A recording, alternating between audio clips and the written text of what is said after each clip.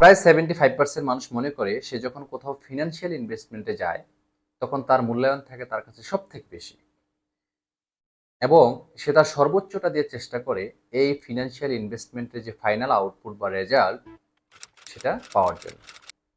কারণ মানুষ হিসেবে আমরা স্বভাবগতভাবেই এমন যে আমরা কোনো জিনিস যদি ফ্রিতে পেয়ে যাই সেটা খুব একটা মূল্যায়ন করি না। কারণ আমরা জানি এটার মূল্যায়ন না করলে আমার ফিনান্সিয়াল বা আর্থিক কোনো ক্ষতি হচ্ছে না। এই জন্য আপনি যদি প্রফেশনাল লাইফে কোনো একটা দক্ষতা বা কোনো স্পেসিফিক এরিয়াতে আপনার কেরিয়ার ডেভেলপ করতে চান, তাহলে আশেপাশে অনেক ফ্রি প্ল্যাটফর্ম আছে যেখান থেকে আপনি চাইলে ছোট ছোট নলেজ গ্যাদার করতে পারেন। কিন্তু লং টার্ম কোনো প্ল্যান বা আপনার স্পেসিফিক কোনো দক্ষতা যদি আপনি অর্জন করতে চান, তাহলে ডেফিনেটলি আপনাকে ইনভেস্টমেন্টে যেতে হবে।